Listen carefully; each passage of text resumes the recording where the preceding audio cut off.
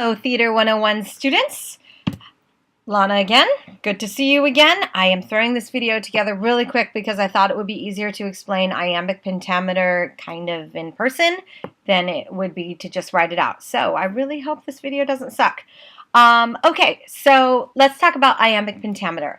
Shakespeare wrote in what's called blank verse, which means that he used iambic pentameter, which is a type of meter that has 10 syllables in every line. Okay, now he didn't use this in every single line of all his work. He just did it selectively, and that's what we're going to talk about today, because the way he did it is pretty cool. Okay, so let me give you an example. Blank verse sounds like this. Da-da, da-da, da-da, da-da, da-da. Okay, 10 syllables, alternating between stressed and unstressed. So let me give you an example from A Midsummer Night's Dream, from the character of Hermia, which is a very lovely role, ingenue role to play. In Act 1, she says, "I do entreat your grace to pardon me. I know not by what power I am made bold, nor how it may concern my modesty in such a presence here to plead my thoughts. But I beseech your grace that I may know the worst that may befall me in this case, if I refuse to wed Demetrius." Okay, so she is asking the Duke to tell her what's going to happen to me if I refuse to marry the guy my dad wants me to marry. Okay, and the way she does it, because she is a lover, she speaks in blank verse. Okay, so let's take an example from her lines that I just read. "I do entreat your grace to pardon me." Okay, "I do entreat your grace to pardon me." 10 syllables, alternating stressed and unstressed. It all makes sense. You don't have to tweak any of the words and make them sound weird to fit. It all just lays out evenly in the blank verse. Her second line there that I read, "I know not by what power I am made bold, nor how it may concern my modesty, in such a presence here to plead my thoughts, but I beseech your grace that I may know the worst that may befall me in this case, if I refuse to wed Demetrius."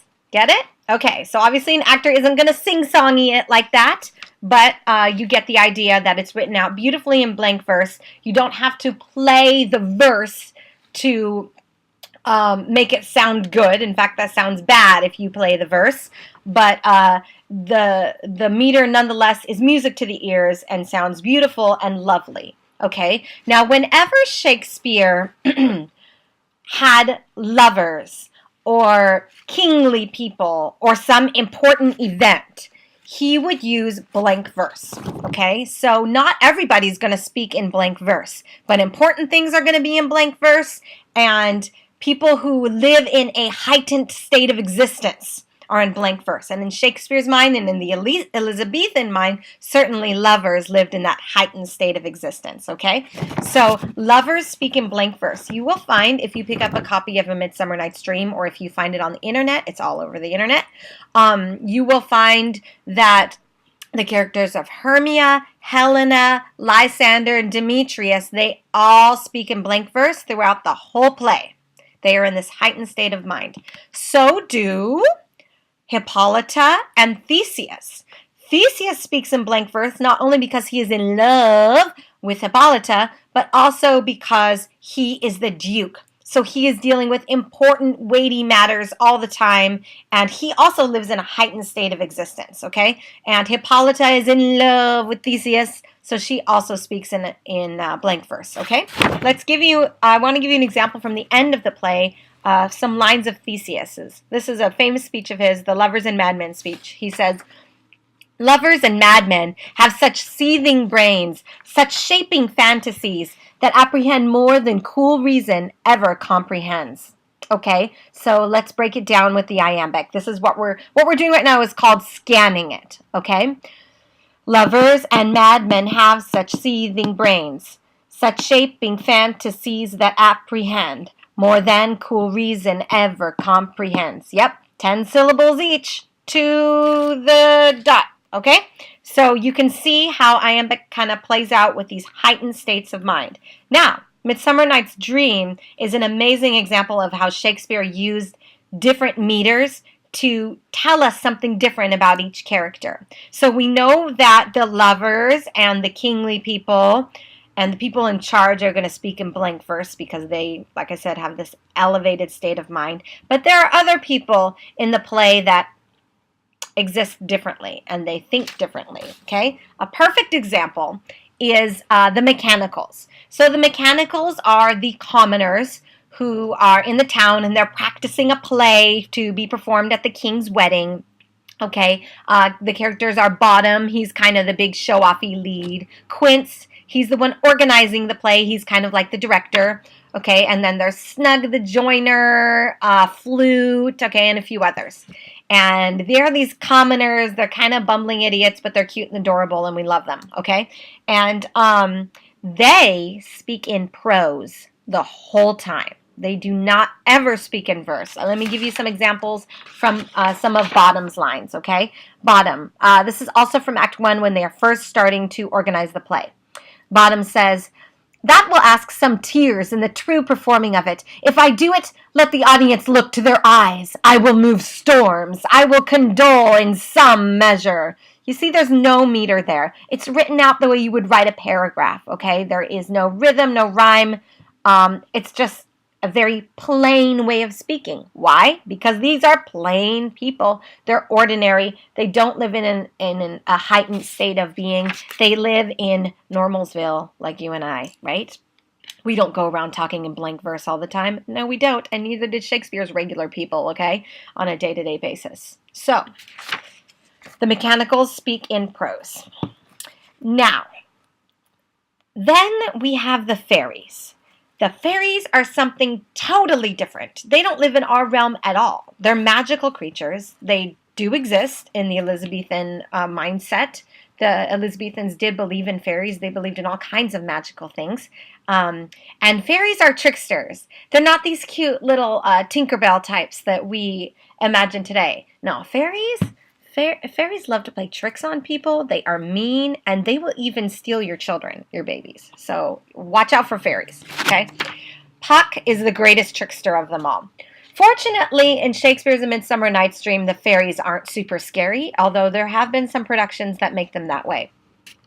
But the text is really very innocent. They play tricks on the lovers who wander into the forest, and that causes some chaos for a little while, but they laugh it all off, and then in the end, the fairies make everything right again. So, no big deal, right? Okay, so let me give you some examples of some of Puck's lines at the end of the play from Act 5. He says, "If we shadows have offended, think but this, and all is mended, that you have but slumbered here while these visions did appear." Okay, he has a really beautiful speech that goes on much longer, but I won't bore you with it. No, it's not boring. It's awesome. But anyway, I won't read it right now. So he speaks in an 8-syllable meter. Okay, so let's go through it. If we shadows have offended. If we shadows have offended. So it's not that da da da da da da da da like iambic is. Okay, 1, 2, 3, 4, 5, 6, 7, 8. 8 syllables exactly. Think but this, and all is mended. Can you flow from one line to the next the way we could with Hermia's lines? Let's go back to Hermia.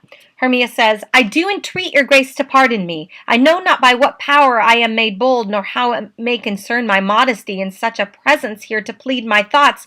But I beseech your grace that I may know the worst that may befall me in this case if I refuse to wed Demetrius."